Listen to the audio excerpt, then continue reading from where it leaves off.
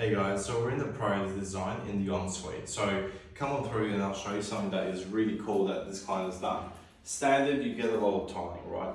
This client has gone, put the extra money in and done full height. So that's basically ceiling to floor tiling the entire way. So it really does complete the rest of the home. It really does give it quite a bit more of an emphasis rather than half finished, half done. There will be a mirror that will come onto this. It comes at a later stage. This is actually one of the more standard basins that he's actually chosen with the standard tapware. So black is an option, guys. Another one that he's done is coming down, you'll actually see it's being recessed quite a lot. So this is called a semi-recessed cabinetry.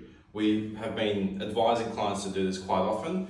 For a whole house, this costs about 80 to 100 bucks. It is literally cheap as chips, and it does make quite a bit more of a difference. A little bit more cleaning, but it's that balance of making it look nice versus the extra cleaning.